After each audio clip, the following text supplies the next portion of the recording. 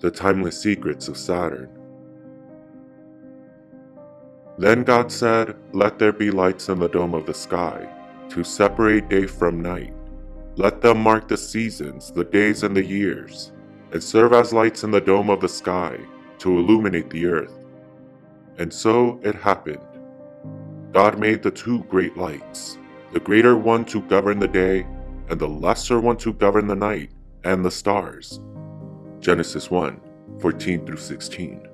The footnote in the Bible says, "This section from the priestly sources functions as an introduction, as ancient stories of the origin of the world, cosmogonies, often did.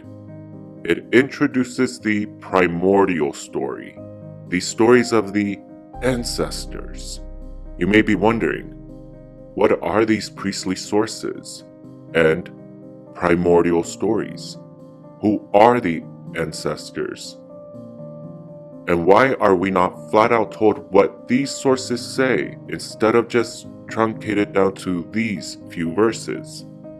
The primordial priestly sources are all kept in the Masonic libraries, but break down into the following: the Babylonian, Sumerian, Hindu, Semitic, Rabbinical, Sacerdotal, Greco-Egyptian, and the Mayan Druidic codexes.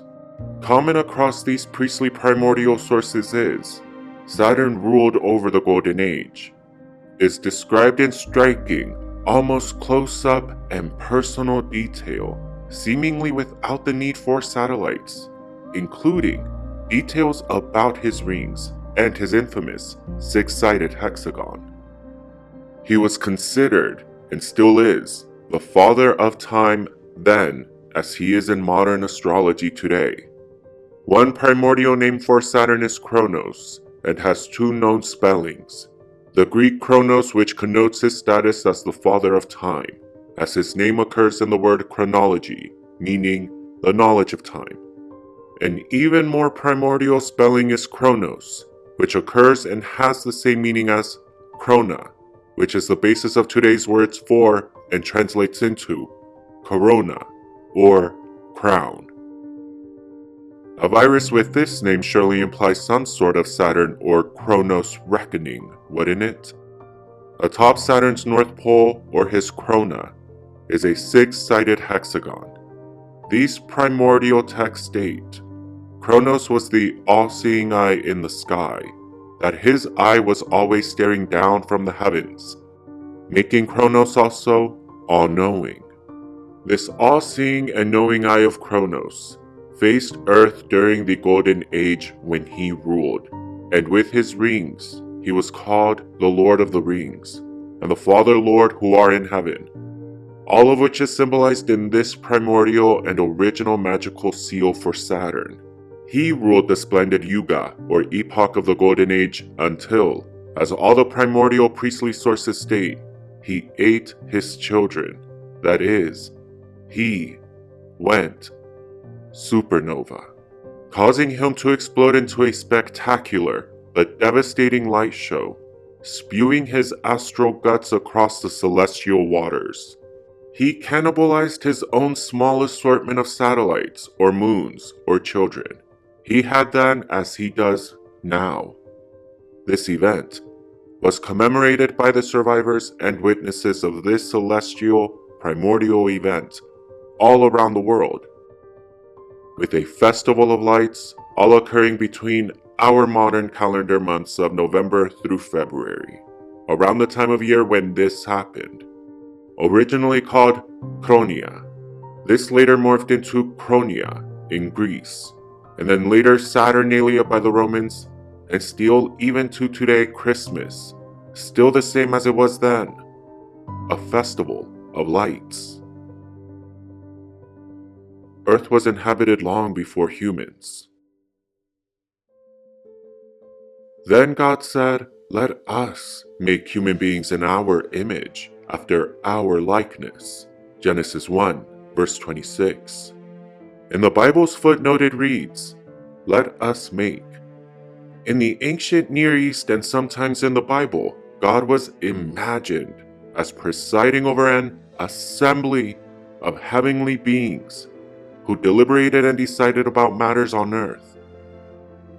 All the ancient cultures and modern global cultures still, as the Jewish and Muslim calendars are moon-based, while the Western Christian sun-based, and Christmas and Hanukkah are both celebrations of the same celestial event that marks the supernova of Kronos. Since time immemorial, we Earthlings have imagined an assembly of heavenly beings who deliberated and decided about matters on earth. Further exemplified by Christians today who celebrate Easter and Lent, which depend upon and revolve around the phases of the new moon and the sun's transit into Pisces. The Farmer's Almanac, which you rely upon whether you use it or not, is the backbone of the global economic trading system as it predicts the growth and flow of food according to seasonal and star changes across the dome of the sky, which translates into revenue, economy, money.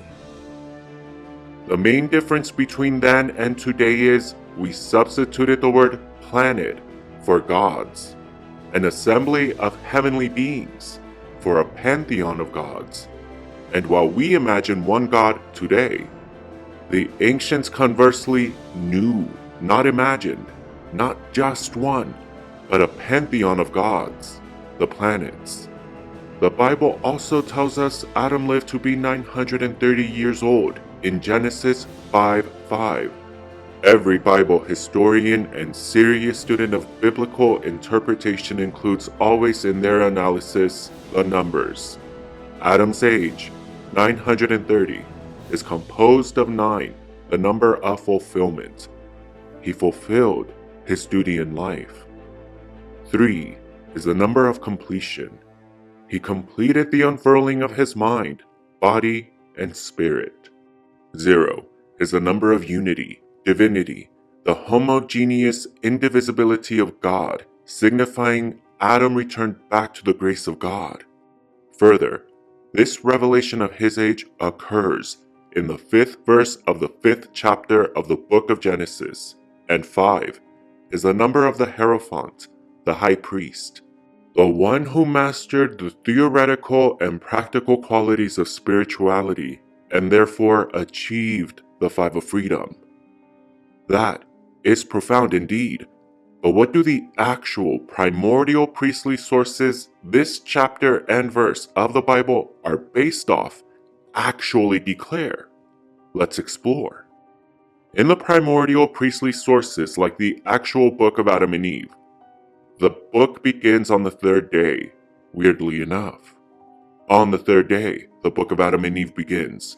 God planted the garden in the east of the earth.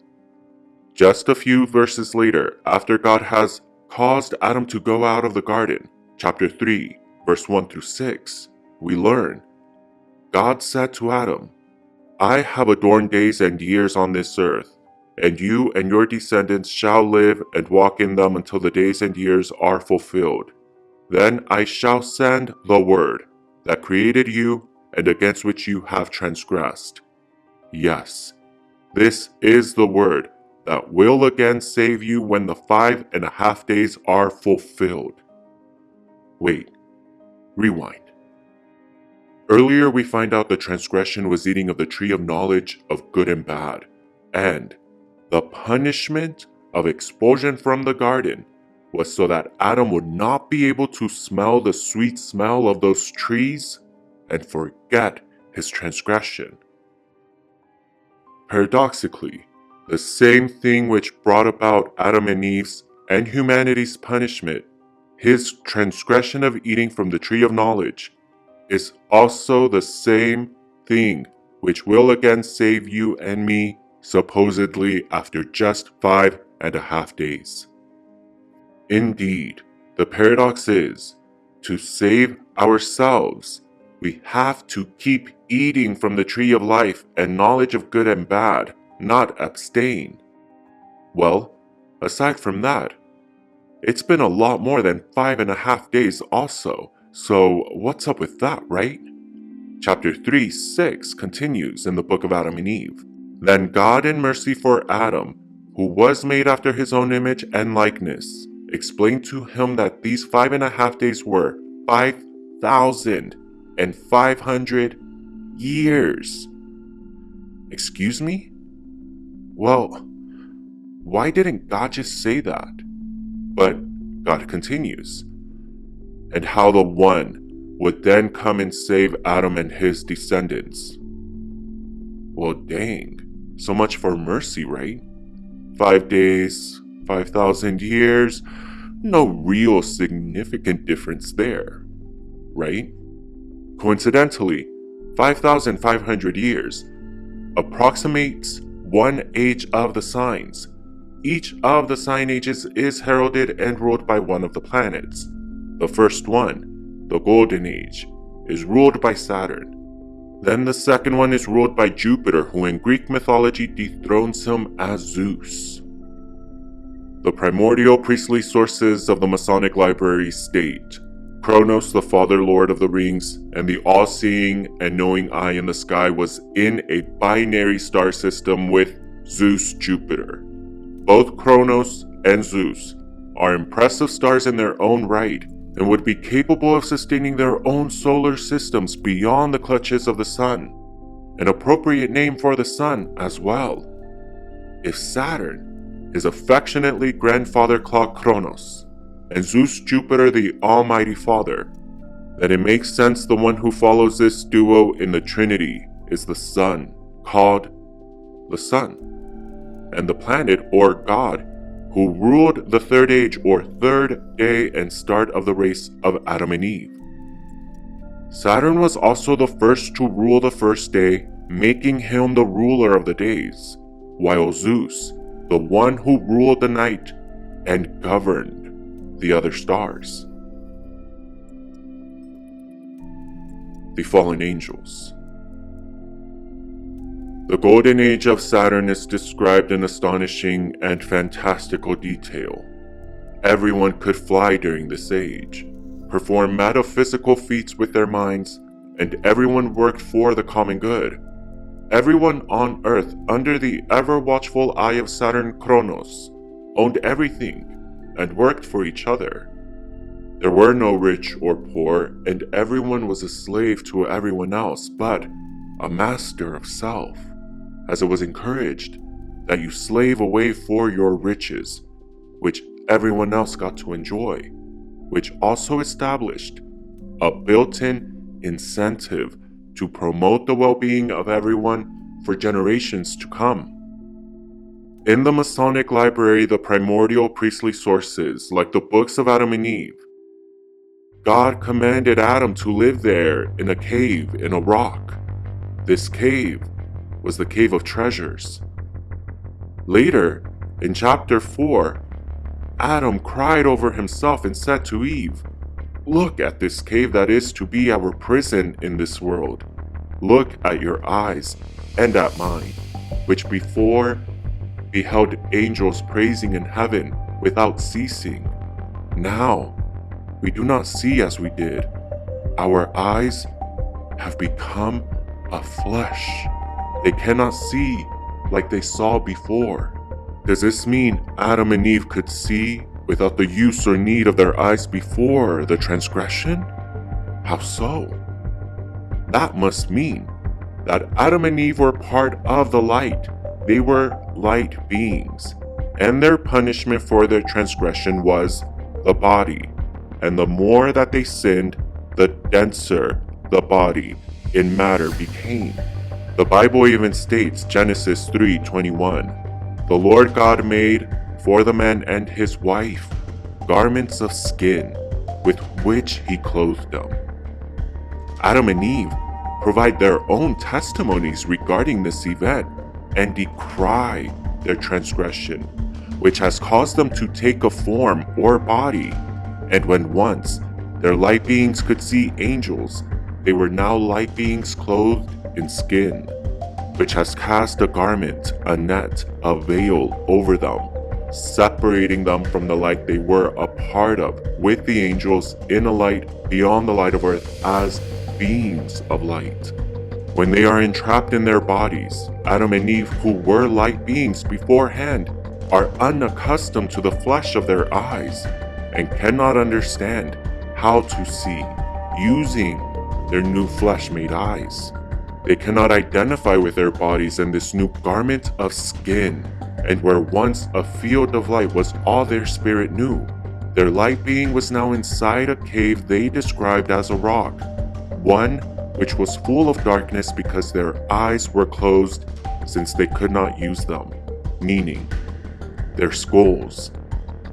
This was the cave of treasures.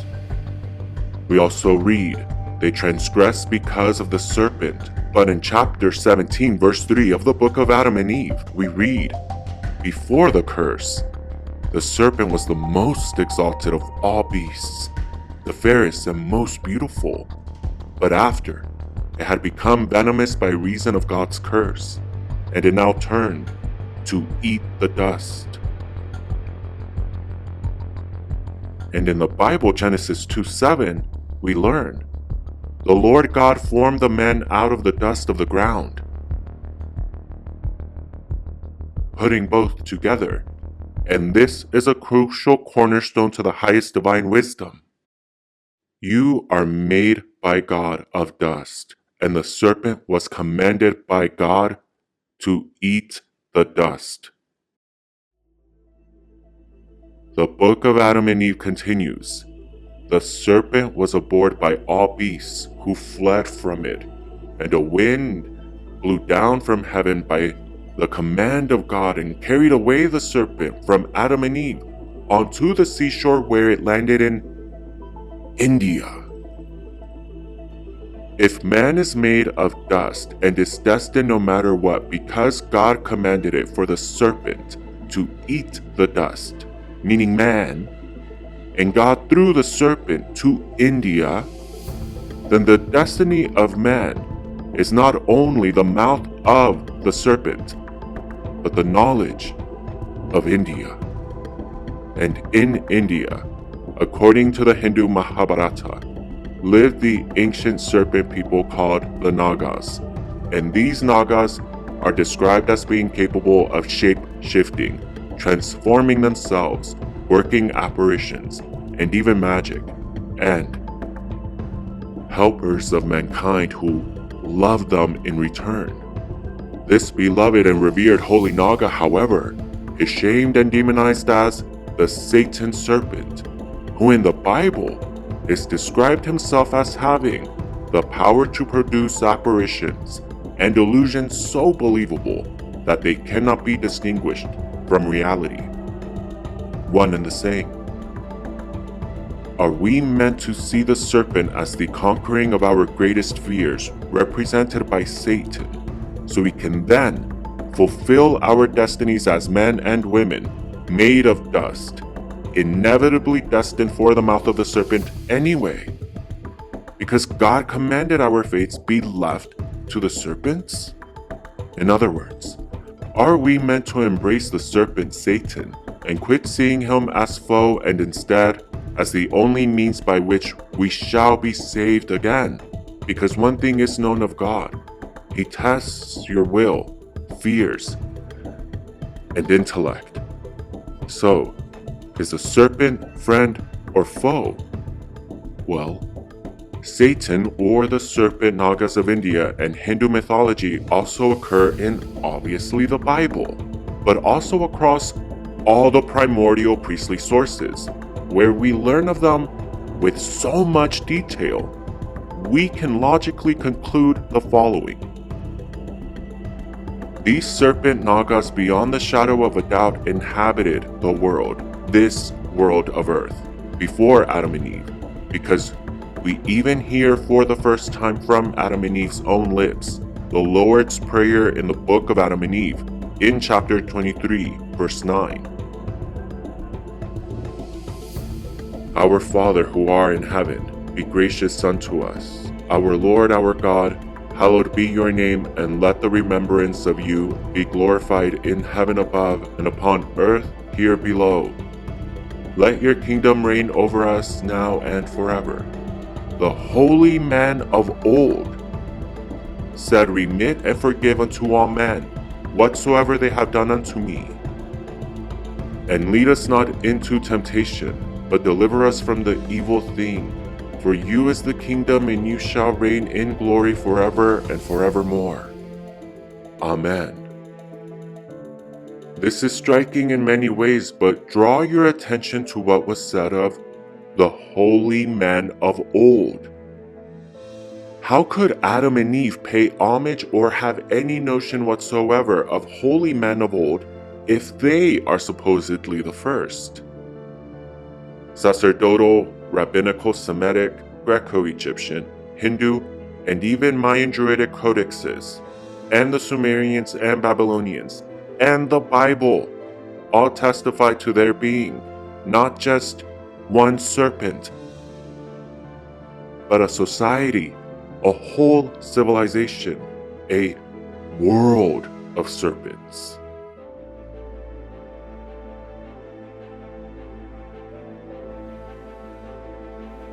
The fallout between the native earthly serpents versus the reptilian Anunnaki clans, according to the primordial priestly sources of the Masonic libraries, including the books of Adam and Eve and the Holy Bible.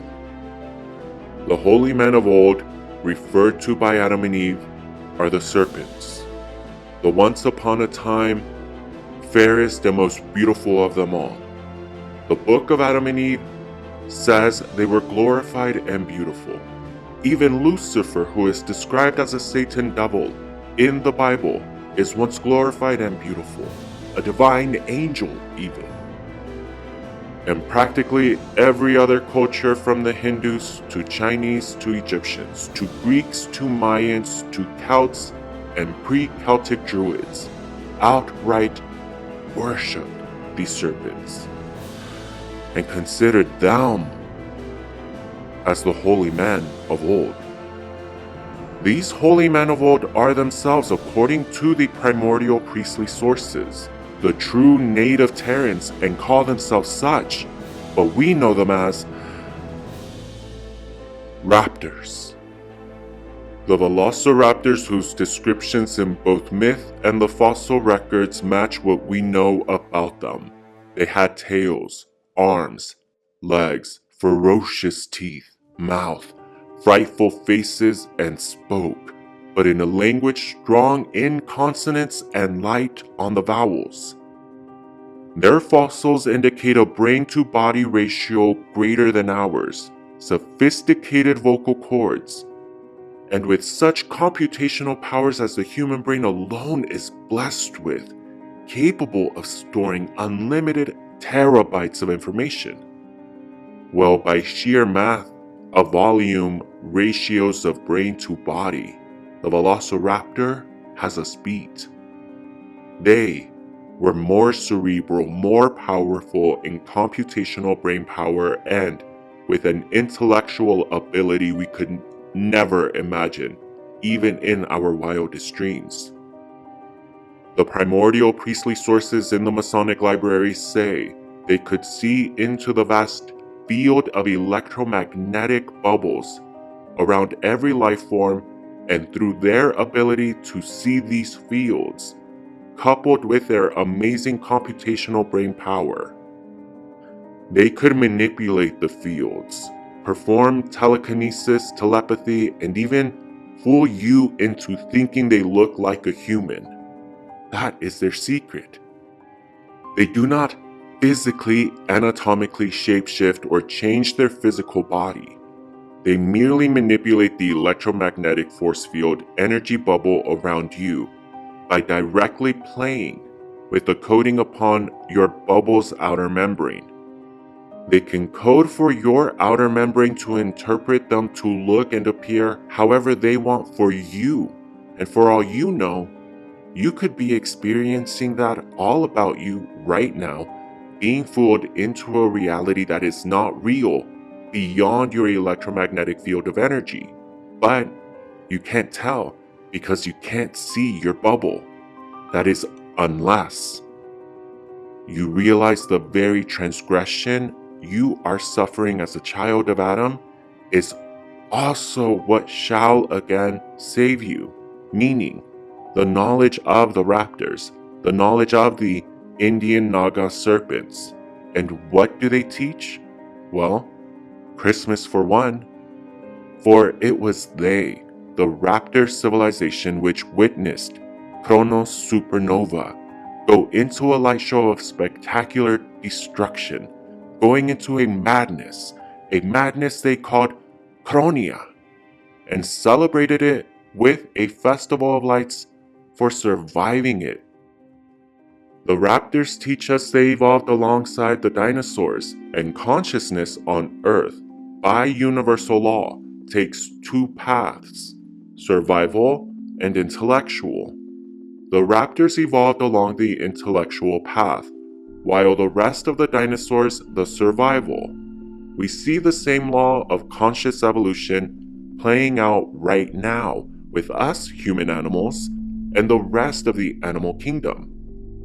And these raptors also form the basis of much of our language today, as their language was and is to this day consonant heavy. Think Kronos, Nakshastras, Chakra, Shushumna, Sahasrara. These words in the Sanskrit language are based on the ones spoken by the serpent raptor Nagas and characterized by the strong hissing sounds formed by their consonant-heavy language, causing it to slither in harsh tones off the tongue. Our culture of Christmas comes from them, and we owe the basis of our sacred geometry to them. They are the holy men of old. They and our records, both public and in the Masonic primordial priestly sources, tell us an invasion took place, a people who battled against the native Terrans. Spectacular battles were waged, and the raptors did all they could to protect Terra, their name for Earth, and at the end, lost.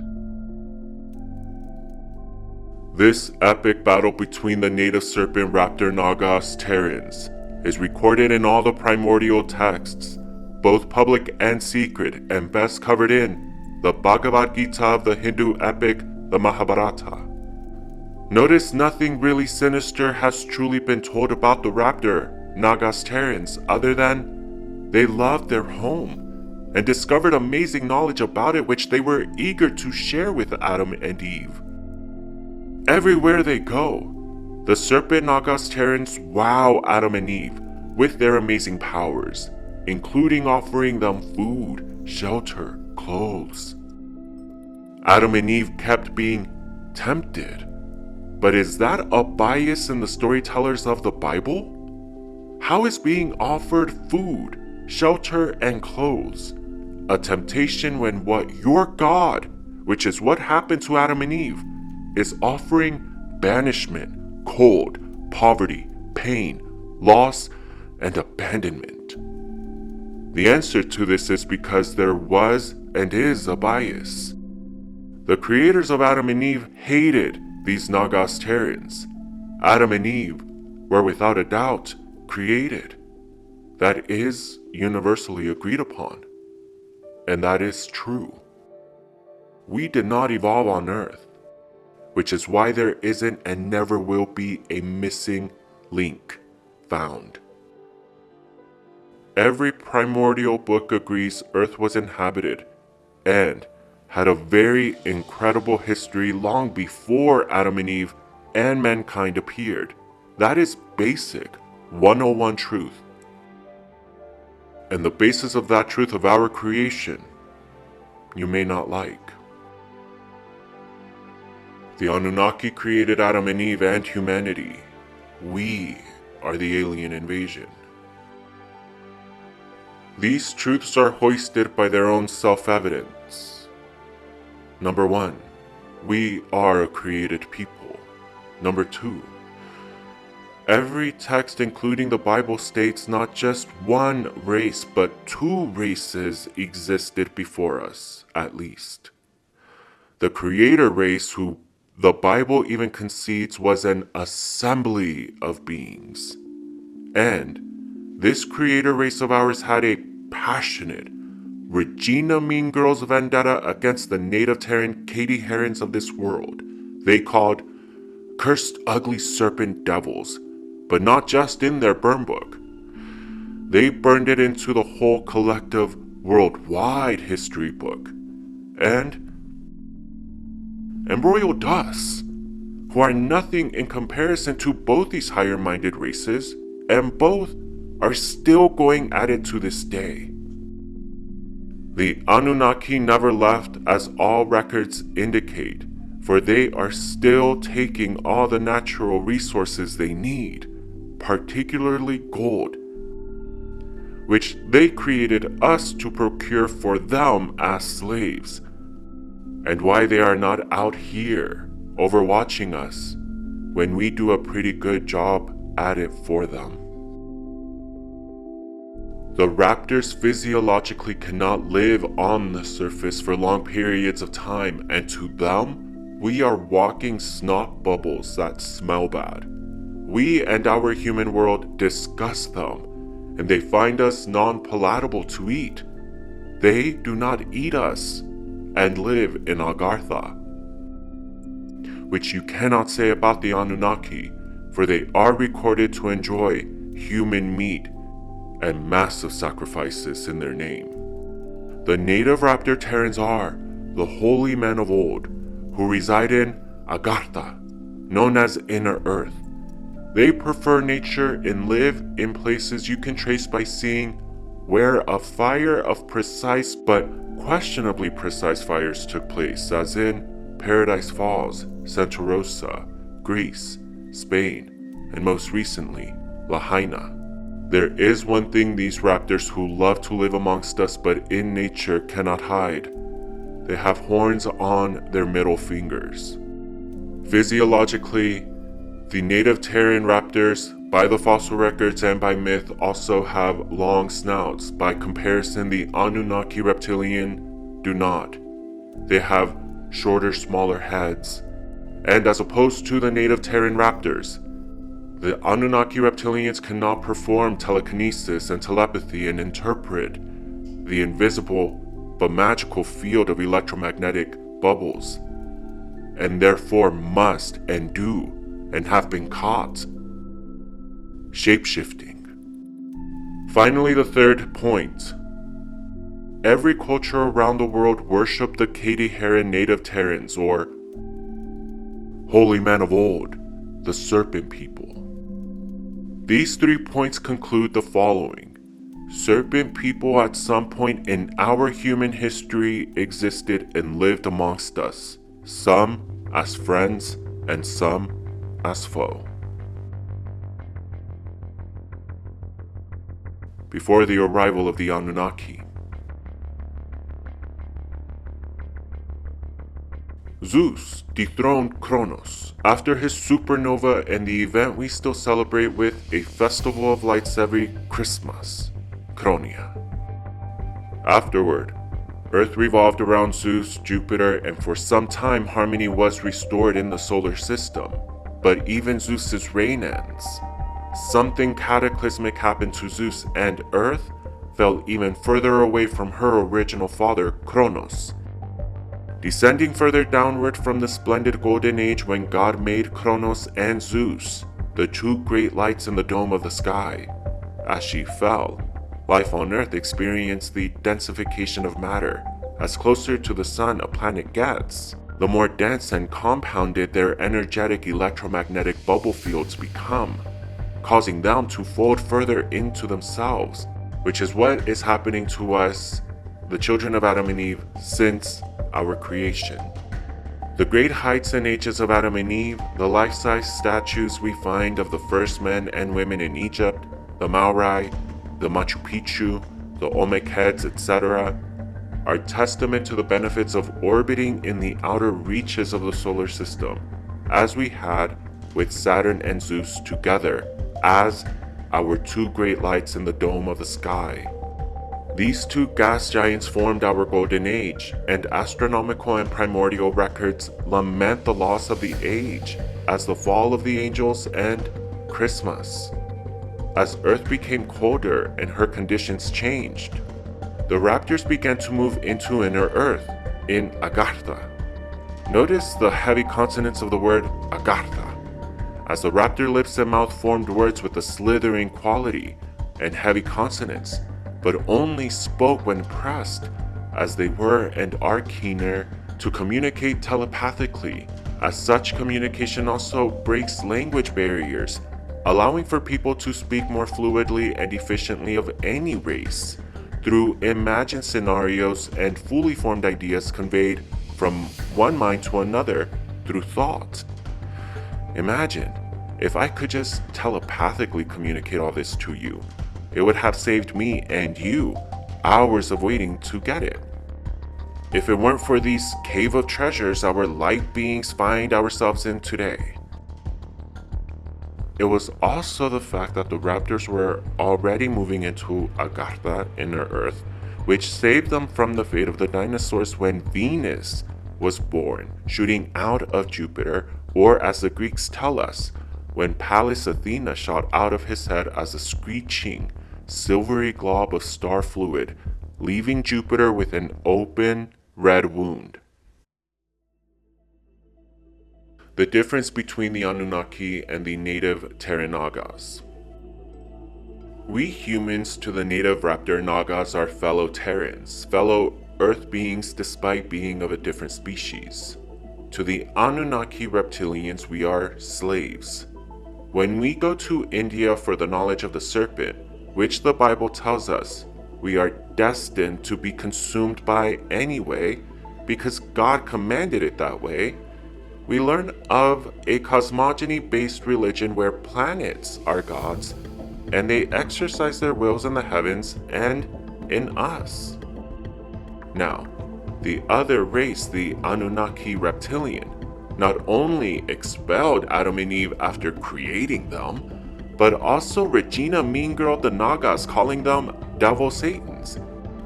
The serpent Nagas, as reported in the Bhagavad Gita, battled against the Anunnaki and lost, but even after losing, as reported in the book of Adam and Eve, still did everything to help Terra, their home, and all native life, including Adam and Eve. To the raptors who evolved here and whom we have to thank for these primordial priestly sources, and basically all of our culture, including Christmas, the battle was for the sake of man, for the sake of the one soul of Terra Earth, and all the beings alive inside her dome, for we, as an earthly planetary collective, form the sacred fabric of life, and that is truly divine. The Anunnaki, as reported in the primordial priestly sources of Babylonia, Sumeria, the Semitic, rabbinical, and sacerdotal, won the battle against the native Terran serpents. Afterward, created Adam and Eve as slaves, demanded we worship not all of the Anunnaki, no, just one, just the commander, the military head. And when he won the battle, he also declared those who stayed by his side his slaves, his chosen people. Christ is revealed as Kronos, who is Saturn, the god of wisdom, and whose wisdom teaches us how to be Christ-like. The reward for such Christ-like behavior is gifts from Santa. So Saturn is also Santa, who is Kronos, who is Christ. However, if one fails to be Christ-like, one is then more Satan-like or satanic. Thus, Saturn also represents Satan, the devil. The long of it short is that Christ is Satan, Satan is Christ. Both reside in us, and we all have the equal capacity for both. But which do you choose for you? To be Christ-like or Satan-like? In fact, we sing or carol this Christ-likeness in us every Christmas when we sing. Fa la la la la la la la. La is Lam, which is the sound of Saturn, whose frequency and hertz create the color red, the color of our red root chakra, or the fireplace in us. The chestnuts hanging over an open fire are the testicles in men and ovaries in women. The fire itself is ruled by Mars, called the Christos, signifying how we must be warriors for our own egos, our own truths and natures, no matter what anything tries to nurture over our natures.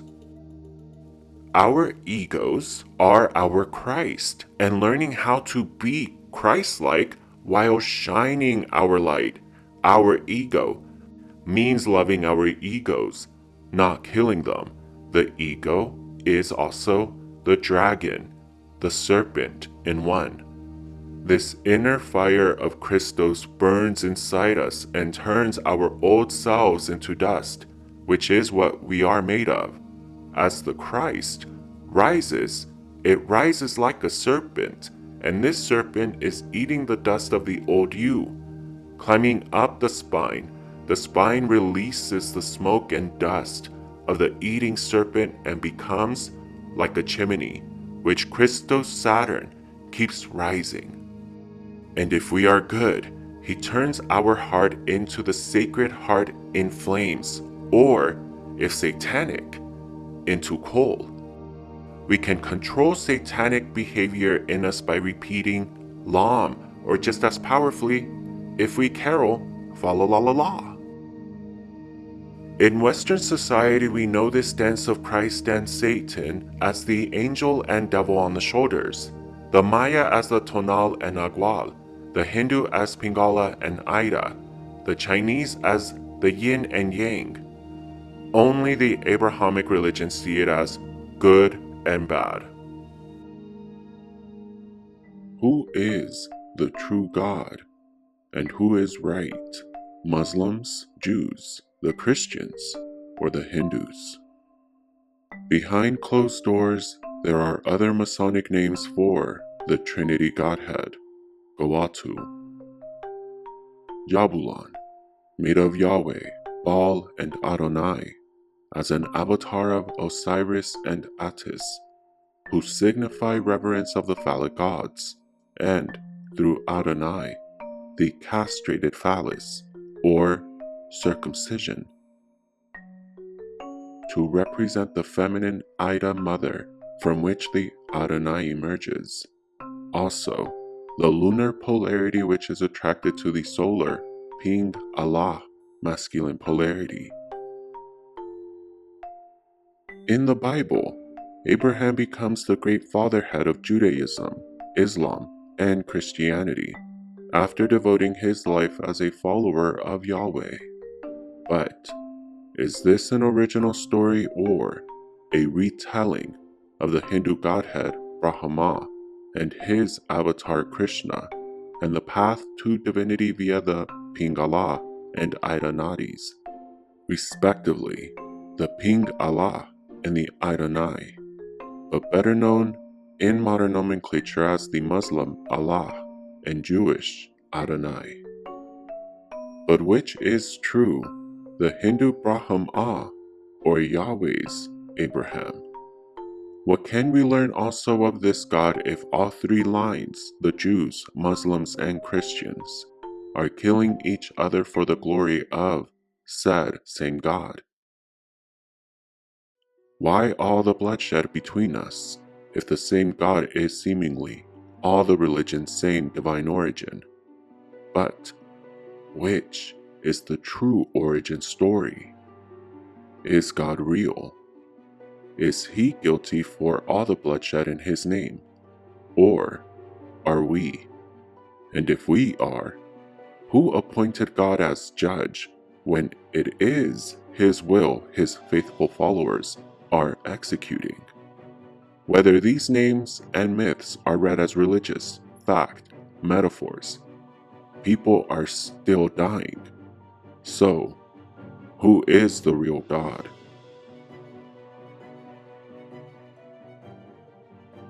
The Abrahamic religion of Judaism teaches of Adonai, and this is a retelling of the Ida, which is a Nadi or Nai, just like Brahma is through Abraham. The Adonai is the feminine negative moon channel of magnetism. We know this Adonai as the Jewish Adonai, but the Abrahamic religions don't want that known. It is one name given to Abraham's Yahweh, along with the Christ and the Pingala. The Adonai is castrated, while the Pingala serves as the start for our modern word penis, combining the phallus representation by Pin with Osiris, and this solar right masculine Pingala is attracted to the moon polarity. Thus, the Muslim religion is called the lunar religion, while the Jewish Adonai religion is attracted to and displays the dominating and controlling qualities of the masculine. Abraham's original name was Abram. This name is significant as it means open mind, and is the same shared meaning of the Hindu Sanskrit name Brahma. It was not until Abram was 99 years old, as told to us in Genesis 17:1, when God appeared before him. Then, in the symbolic 5th verse, he says, "No longer will you be called Abram, your name will be Abraham, for I am making you the father of a multitude of nations." Primordial texts say the Ha underlines the meaning of father of a multitude of nations. However, if Abraham's God is Yahweh, the point of contention comes when St. John gives us his revelation that God is light, not Yahweh. And he writes 7 letters to the churches in Asia, where we find India, where God commanded the serpent to live, and where ultimately man would find his destiny to be consumed, because God created man with dust and commanded the serpent to eat the dust. Though God threw the serpents, as revealed in the book of Adam and Eve, to India. St. John calls the light of God the one true religion. The teachings of Jesus in the New Testament make it clear as well that his own God is light, teaching the golden rule of loving your neighbors and turning the other cheek. This is diametrically opposed to the Old Testament God of Abrahamic religions, which teach one to kill his enemies and do not preach forgiveness but punishment. So, who is Yahweh, the Abrahamic Godhead, if not Jesus' God of light? The truth of Yahweh and his will reflect him being an alien Anunnaki reptilian, who on top of creating mankind as his slave race, also created banks and the credit system, while for the rest of the world's peoples, including the indigenous, before the Abrahamic religions, banks were a sin. It is a sin to lend money with or without interest, as it is encouraged to give and give generously without expectation of anything in return. Yet, through his moniker as Adonai, Yahweh, the Anunnaki reptilian established banks and credit systems as a direct means to split humanity between the rich and poor, the blue bloods and the red, the blue royals and the rest of us. As the rich and poor fight each other, they fail to realize they are not each other's enemy. Yahweh, the Anunnaki reptilian alien invader, wins whoever loses and dies. Sadly, everyone on earth today is a slave to this Abrahamic Godhead, even the rich. And the way to identify his followers is with this cap on the head. For example, as the Pope and highest Catholic priests wear. But why would they wear a yarmulke if they're not Jewish? unless one is the real chosen people and the other is not. The mark of the beast, the meaning of 666. When the Christ, which travels the middle path between the Pingala and Adonai, represented by the spine, is achieved in joining with the sacred Jesus fluid of the brain, the body produces a natural biological harmonic from the head with a frequency that measures 666. 666 is the healing frequency in tone whenever one sounds out Aum or Om. Also anytime you're lost in thought and need to respark a thought by humming for a second. When you say you are 666ing. Also, the famous spiritual hymn Amazing Grace starts with and every time we seal a prayer, we seal it with the inherent 666 frequency of included in Amen. The 666 frequency is also the halo, as the biological harmonic is also a biologically occurring luminescence, and when it appears upon someone who has purified Christ in them, it looks like this, the Druid trifold spiral, looking like 3 spiraling sixes, thus 666. When this purified Christ is achieved, the energetic anatomy of the body also changes. 2 swirling vortexes from the eyes begin spinning, emanating from the central inflection point, the pineal gland.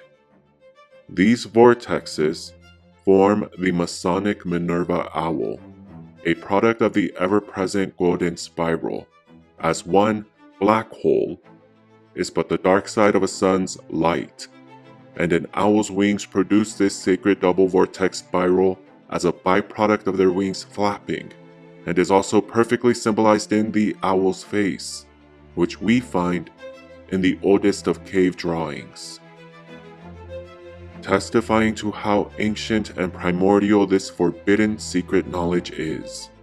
In fact, there are 3 Minerva owls the activated Christ produces within the body: the eyes, the heart, and hips. Also, these are the respective locations of the Hindu granthis, or knots, which are at first blocked and obstructed in the human, but through active prayer meditation become unblocked, opened, and unknotted. The central inflection point of these 3 dual vortexes remains blocked or knotted until one embraces their ego and lives Christ-like. Collectively in the human, these 6 vortexes altogether flow energy in the shape of an egg, the cosmic egg. Physicists and the CIA have concluded this shape is also the shape of the whole cosmos, thus corroborating even more what the ancients have always told us, that we inhabit a cosmic egg. And, standing or sitting, you are this shape, and this shape of you is made of color, light, sound, and radiating rounded cosmic spirals.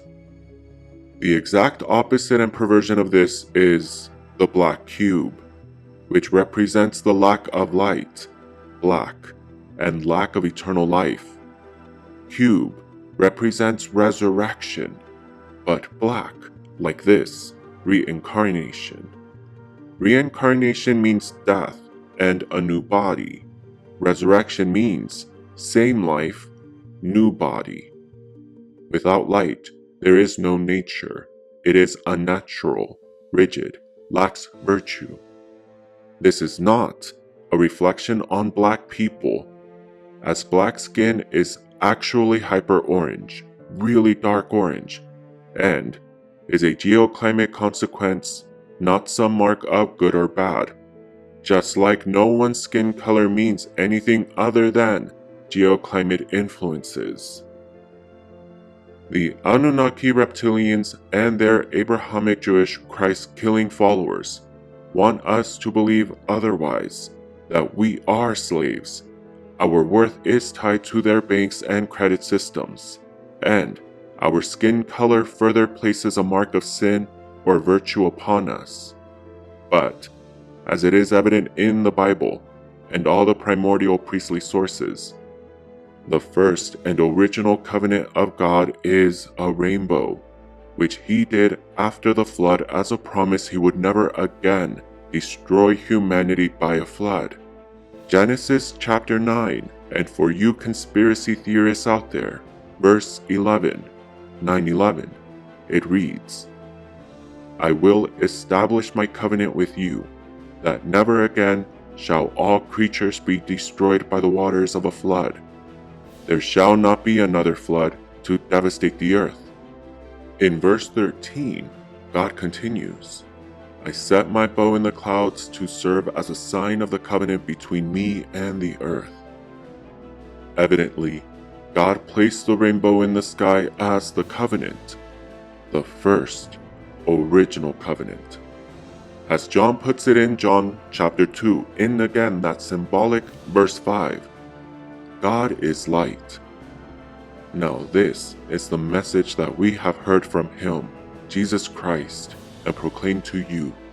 God is light, and in him there is no darkness at all. Meaning, no black cube, but a bow of light. This light in us also turns into dust, and God commanded the serpent to eat the dust, invariably signifying that for us humans, who are made of dust, the serpent is our destiny. The very means by which we transgressed, the word, the knowledge of good and bad, the tree of life, is also the very same that shall again save us. The ancient Hindu knowledge of light is what establishes the first covenant, and the Bible itself even concedes, and later with St. John confirms, is the destiny of man.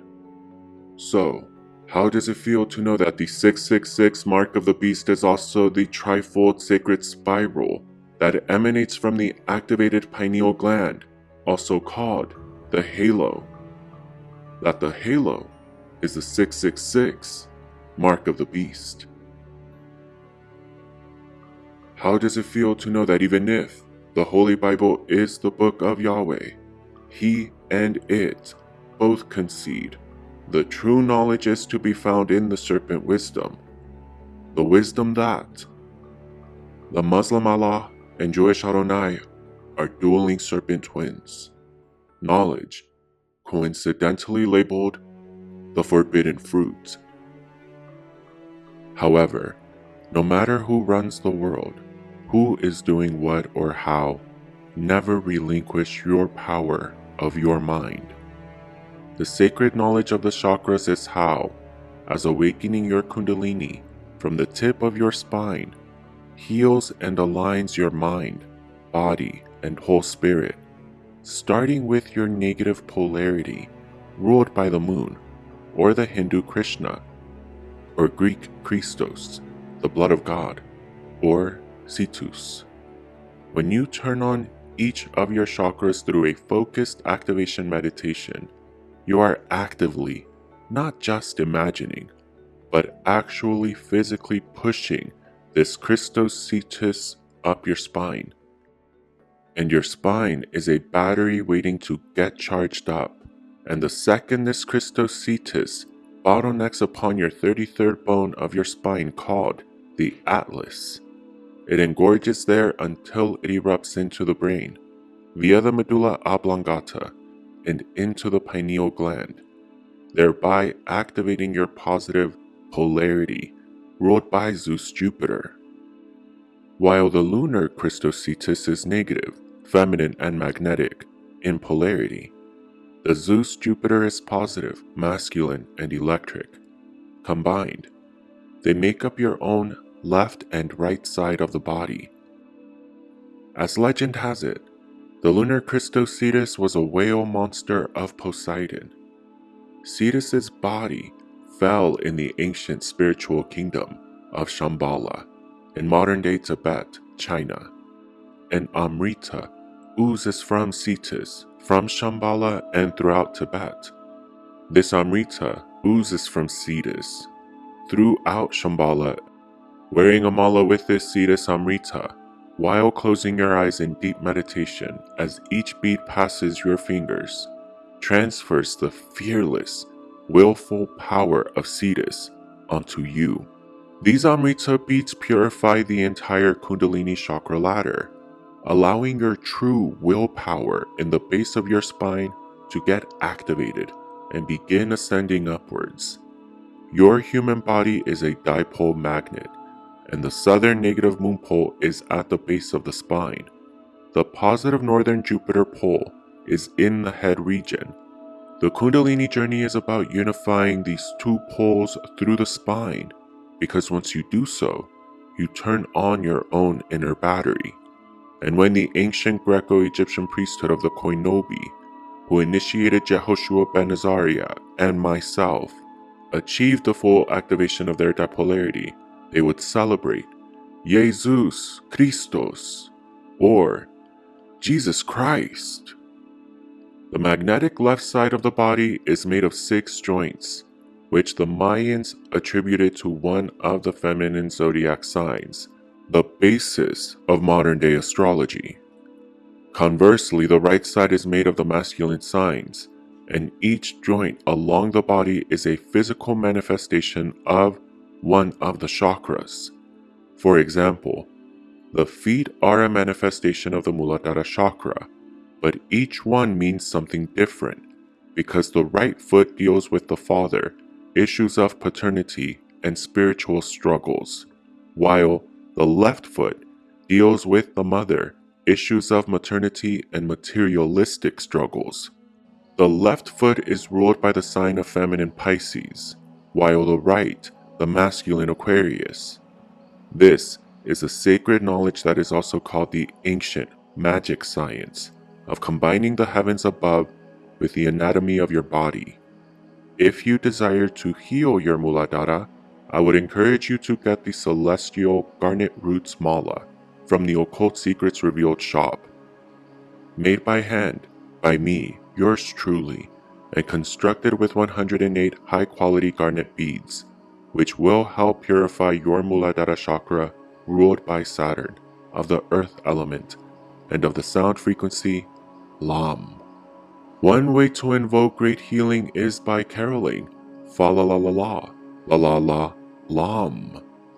108 is an incredibly important lunar number, and activating your Kundalini Christos Cetus with 108 beats with this mala will purify and elevate your own internal vibration. This is one practical way to put this knowledge into practice instead of just imagining it, just as much as the chakra activations. If you desire to learn every single secret there is to know about your joints, which had planets in them, which of your chakras are already activated, and the kind of practical things you can do with it, book your Natal Crystal Serpent Astronomy Report now. This report will give us insight into your personality and traditional knowledge gleaned from astrology, along with my own knowledge of metaphysical and supernatural abilities you can master. No matter how our paths cross, I look forward to meeting you. Thank you for your super thanks. YouTube never tells me who it is. I truly appreciate it with all of my heart. Any help you throw my way really goes a long way in keeping this one-man production going. A super huge thank you to all of you. And until next time, trust and believe that it is okay to be you, the most beautiful you there ever was, there is, and that there ever will be, because you are not a story that can be told twice, and there will never again be a stage for you to perform, but this one, right here, right now. So be you, the most beautiful you.